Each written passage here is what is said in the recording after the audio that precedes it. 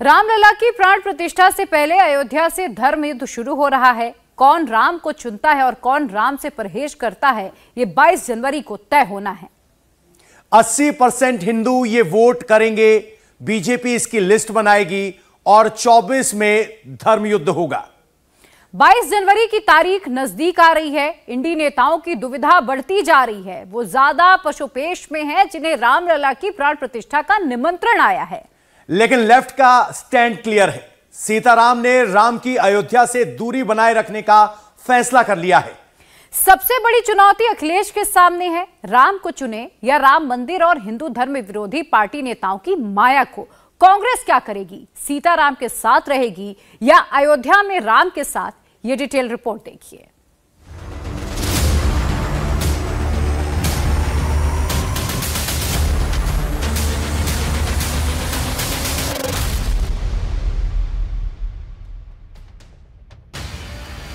रामलला की प्राण प्रतिष्ठा से पहले अयोध्या पर क्यों छिड़ा धर्म युद्ध? बर्क, करात, स्वामी, इंडी में कितने राम विरोधी? रामलला की प्राण प्रतिष्ठा, मोदी विरोधी आएंगे क्या? वोट का धंधा, इसीलिए बताया हिंदू धर्म को धोखा। अयोध्या के राम मंदिर पर विपक्ष की लाइन क्लियर होने लगी है। 22 जनवरी को भव्य उद्घाटन समारोह में कौन जाएगा, कौन नहीं जाएगा, तस्वीर साफ होने लगी है। कम्युनिस्टों से लेकर समाजवादियों तक राम मंदिर पर किसका क्या धर्म है और धर्म पर युद्ध क्यों है, आपको सब बताएंगे। लेकिन सबसे पहले जान लीजिए उन बड़े नेताओं का स्टैंड जिनको प्राण प्रतिष्ठा समारोह में आने का न्योता भेजा गया है। सोनिया गांधी को निमंत्रण भेजा गया है, लेकिन वो आएंगी या नहीं ये तय नहीं है। सोनिया ने अपना स्टैंड अभी क्लियर नहीं किया है। कांग्रेस अध्यक्ष मल्लिकार्जुन खड़गे को भी न्योता गया है, लेकिन आना फाइनल नहीं है। उनका भी स्टैंड अभी तक क्लियर नहीं है। लोकसभा में कांग्रेस के नेता अधीर रंजन चौधरी को भी बुलावा भेजा गया है, लेकिन इनका स्टैंड भी अभी साफ नहीं है। पूर्व प्रधानमंत्री मनमोहन सिंह को भी श्री राम जन्म तीर्थ क्षेत्र ट्रस्ट की तरफ से निमंत्रण भेजा गया है। इनका स्टैंड भी क्लियर नहीं है। लेकिन राम मंदिर के उद्घाटन समारोह में जाने को लेकर समाजवादी पार्टी में मतभेद हो गया है। संभल से सांसद शफीकुर रहमान बर्क ने कह दिया है कि वे अयोध्या नहीं जाएंगे। मस्जिद को गिराकर मंदिर बना है, ऐसे मंदिर में वो क्यों जाएं? लेकिन मैनपुरी से सांसद डिंपल यादव 22 जनवरी को अयोध्या में होने वाले प्राण प्रतिष्ठा के कार्यक्रम में जाने के लिए तैयार हैं और कहा है कि निमंत्रण मिला तो जरूर जाएंगी। मैं क्यों जाऊंगा? भाई मेरे जाने का तो कुछ सवाल ही पैदा नहीं होता। मेरी मस्जिद जो कि वहाँ एक जमाने की मस्जिद थी, बनी हुई थी, अपनी जगह में बनी हुई थी, लेकिन इसके बावजूद भी उस मस्जिद को बहरहाल खत्म कर दिया गया और जबरदस्ती ताकत के बलबूते पर सब लोगों ने मिलकर उसको मिस्मार कर दिया और खत्म कर दिया। और आज उसका फिर वो कोर्ट में भी उसका मुकदमा गया, लेकिन कोर्ट में भी हमारी उम्मीद के खिलाफ हुआ और यहाँ तक के अब उस पर यानी मंदिर बनने का आदेश हो गए। तो ये उस पर सोने पे सुहागा और ये किया कि मस्जिद हमारी शहीद कर दी और उस जगह मंदिर बनाया जा रहा है। तो ये तो बिल्कुल कानून के खिलाफ है, इंसानियत के खिलाफ है, बहरहाल दुनिया की रिवायात के खिलाफ है। भाई दुनिया के अंदर सब लोग मुख्तलिफ मजहब धर्म के लोग कर और मुख्तलिफ यानी मजहबों के मानने वाले और इंसानियत के अलंबरदार बहुत से लोग दुनिया में मौजूद हैं, लेकिन कभी ऐसा काम नहीं हुआ कि इस तरीके से मस्जिद को तोड़कर और मस्जिद को ख़त्म करके उसके बाद में उसकी जगह वो मस्जिद भी बाकी नहीं रखी जाए, बल्कि उस जगह मंदिर बना दिया जाए। क्या 22 जनवरी को आप जाएंगे अयोध्या? अगर निमंत्रण आएगा तो जाएंगे। निमंत्रण रामलला ट्रस्ट की तरफ से, और अगर नहीं आएगा तो भी जाएंगे, बाद में जाएंगे। डिम्पल यादव ने जो कहा वही समाजवादी पार्टी का ऑफिशियल स्टैंड है। हिंदू वोट का सवाल है, इसीलिए श्री राम के अस्तित्व पर सवाल उठाने वाले ज्यादातर नेता और दल प्राण प्रतिष्ठा समारोह में जाने से इनकार नहीं कर रहे हैं। लेकिन बर्क का बयान अखिलेश की चिंता बढ़ा सकता है, क्योंकि राम मंदिर से हिंदू वोटों का जो पोलराइजेशन होगा 2024 में उसका फायदा बीजेपी को मिलेगा। लेकिन अल्पसंख्यकों का ध्रुवीकरण बहुसंख्यकों का रिवर्स ध्रुवीकरण भी कर सकता है। अगर ऐसा हुआ तो 2024 में हिंदुओं के रिवर्स पोलराइजेशन का फायदा बीजेपी को मिलेगा।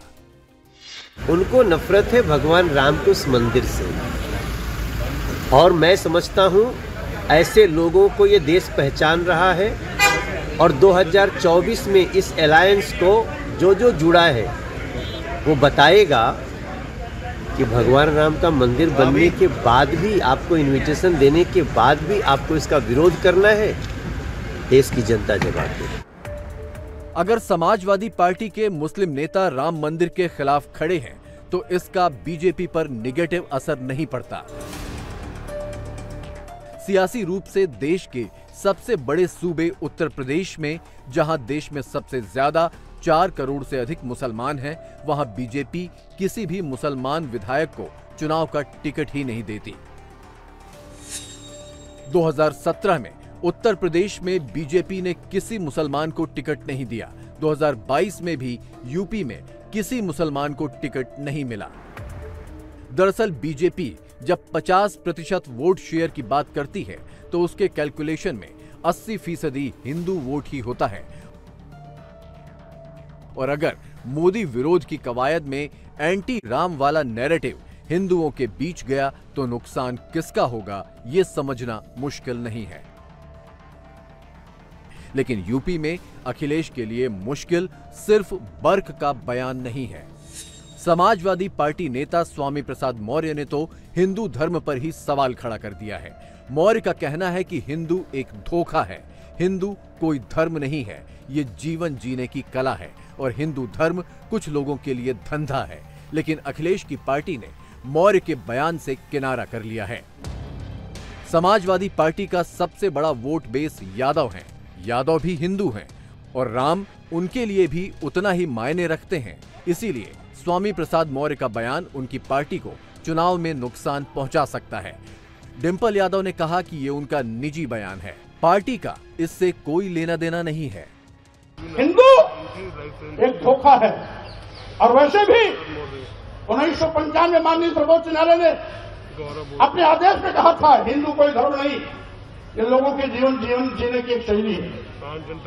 यही नहीं, जो सबसे बड़े धर्म के ठेकेदार बनते हैं, आरएसएस के प्रमुख मोहन भागवत जी ने भी कहा है, एक नहीं 2 बार कहा, हिंदू धर्म नाम का कोई धर्म नहीं है, बल्कि लोगों के जीवन जीने की एक कला। देश के माननीय प्रधानमंत्री जी ने भी कहा, माननीय मोदी ने भी कहा, हिंदू धर्म नहीं है। और अभी 1-2 महीने पहले माननीय गडकरी जी ने भी कहा, एक मीडिया कॉन्क्लेव में कहा। लेकिन इन लोगों के कहने से किसी की भावना आहत नहीं होती है। अगर स्वामी प्रसाद मौर्य कह देते हैं हिंदू धर्म नहीं है बल्कि एक धोखा है, और जिसे हम हिंदू धर्म कहते हैं वो कुछ लोगों के लिए धंधा है। जब हम कहते हैं कि ये कुछ लोगों के लिए धंधा है तब पूरे देश में भूचाल मच जाता है। लेकिन वही चीज अगर मोहन भागवत जी कहते हैं, माननीय प्रधानमंत्री नरेंद्र मोदी जी कहते हैं, माननीय गडकरी जी कहते हैं, तो किसी की भी भावना आहत नहीं होती।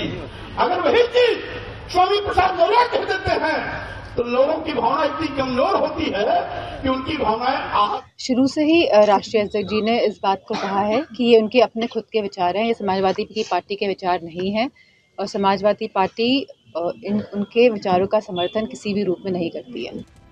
लेकिन समाजवादी पार्टी भले ही स्वामी प्रसाद मौर्य के बयान से किनारा कर ले, बीजेपी ने इसे मुद्दा बना दिया है। मैंने कहा ना, जाको प्रभु दारुण दुख दीना ताकि मति पहले हर लीना। जैसे अभी हमारे जो राजनीतिक प्रतिद्वंदी हैं, किसी का नाम में मंदिर है यहाँ लेना नहीं चाहता, उनकी बुद्धि को लगता है कि ऐसे समय हर लिया है भगवान ने, और उनको ये समझ में नहीं आ रहा क्या बोलना चाहिए क्या नहीं बोलना चाहिए, और ऐसी चीजें बोल करके कोई सनातन को ना कमजोर कर सकता है, ना मिटा सकता है, ना हिंदुत्व को कमजोर कर सकता है, ना हिंदुत्व को मिटा सकता है, ना भव्य राम मंदिर निर्माण को रोक सकता है, ना जो अच्छे पवित्र काम चल रहे हैं देश प्रदेश में, ना उसे रोक सकता है। जो कहावत है ना, माया मिली न राम, तो वही हाल है इस समय। जो हमारे विरोधी हैं, जो राम जन्मभूमि मंदिर निर्माण के विरोधी हैं, जो राम भक्तों के विरोधी हैं, जो मंदिर निर्माण सहन नहीं कर पा रहे हैं, ये हनुमान जी महाराज की गदा उसी के लिए है। ये जो बेहुदा बयान बहादुरी हो रही है, बयानबाजी हो रही है, उसको देखने और सुनने के बाद एक चीज का विश्वास हो जाता है फिर से कि अगर नरेंद्र मोदी जी को देश की जनता ने आशीर्वाद न दिया होता, जनादेश न दिया होता, तो अभी भी 600 साल और भगवान राम जो है वो टेंट में कैद रहते। ये तो नरेंद्र मोदी जी का निर्णायक और मजबूत नेतृत्व का नतीजा है कि आज जो है वो सर्वसम्मति और सर्वसहमति के साथ भव्य राम मंदिर का निर्माण हो रहा है, और जो लोग अभी तक विदेशी आक्रमणकारियों की क्रिमिनल कम्युनल क्रूर करतूत का कवच बने हुए थे, उनमें बौखलाहट दिखाई पड़ रही है। उत्तर प्रदेश में बीजेपी के 59% हिंदू वोट हैं, जिनमें यादव भी हैं। अगर समाजवादी पार्टी के नेता anti Ram, anti Hindu politics का रास्ता चुनते हैं तो इससे नुकसान किसे होगा, ये भी समझना मुश्किल नहीं है। रही बात बीजेपी की, तो 2014 के लोकसभा चुनाव में बीजेपी को 36% हिंदू वोट मिले। 2019 में ये 8% बढ़कर 44% हो गए। 2019 में बीजेपी को अपर कास्ट हिंदुओं का 59% वोट हासिल हुआ। उसी तरह ओबीसी हिंदू का 54%, आदिवासी हिंदू का 46% और दलित हिंदू का 41% वोट बीजेपी को मिला। सीएसडीएस के पोस्ट पोल सर्वे को देखें तो 2014 के लोकसभा चुनाव में देश में जितने हिंदू वोटर हैं, उनका 43% वोट एनडीए को यानी मोदी के अलायंस को मिला था। 2019 में एनडीए का हिंदू वोट शेयर बढ़कर 52% हो गया। लेकिन लड़ाई सिर्फ समाजवादी पार्टी और बीजेपी की नहीं, ये युद्ध लेफ्ट वर्सेस राइट विंग में भी चल रहा है। सीपीएम नेता सीताराम येचुरी को रामलला के प्राण प्रतिष्ठा में शामिल होने का निमंत्रण मिला, लेकिन उन्होंने मना कर दिया। आपको बताएंगे कि सीपीएम ने क्यों प्राण प्रतिष्ठा से दूरी बनाई है, लेकिन उससे पहले जान लीजिए कि अलग अलग दलों का स्टैंड क्या है। कांग्रेस नेता अयोध्या जाने के लिए तैयार हैं। दिग्विजय सिंह ने कहा है कि सोनिया गांधी इस मामले में पॉजिटिव हैं। कांग्रेस का डेलीगेशन जरूर जाएगा। कांग्रेस महासचिव केसी वेणुगोपाल ने भी समारोह का न्योता मिलने पर आभार जताया। अखिलेश यादव ने भी कहा है कि निमंत्रण मिलने पर अयोध्या जाएंगे। बीजेपी का साथ छोड़कर कांग्रेस और एनसीपी के साथ खड़े उद्धव ठाकरे ने भी कह दिया है कि रामलला कोई बीजेपी की प्रॉपर्टी नहीं है, लेकिन सीपीएम ने अपना अलग स्टैंड रखा है और प्राण प्रतिष्ठा समारोह में जाने से इनकार कर दिया है। नहीं, हमारी पार्टी नहीं जाएगी, हमने बिल्कुल स्पष्ट किया है, और इसके पीछे हमारी एक बुनियादी समझ है। हालांकि धार्मिक भावनाओं की हम पूरे कदर करते हैं और पूरे देश में एक धार्मिक भावना होती है, उसका भी हम कदर करते हैं, लेकिन इस प्रकार के धार्मिक अनुष्ठान आप राजनीति के साथ जोड़कर धर्म को एक राजनीतिक हथियार और राजनीतिक मंशा को लेकर आप इस्तेमाल करेंगे, हमारी समझ में ये देश की संवैधानिक प्रावधान कि हिंदुस्तान का जो सत्ता है वो सत्ता किसी धार्मिक रंग का नहीं होना चाहिए। ये वो सही नहीं है जो ये लोग कर रहे हैं, और इसमें पूरे तौर पर एक पॉलिटिसाइजेशन एक धार्मिक अनुष्ठान का, ये सही नहीं है, बिल्कुल सही नहीं है। लेकिन येचुरी का ये फैसला इस धर्म युद्ध को अलग लेवल पर ले गया है। वीएचपी बनाम लेफ्ट हो गया है।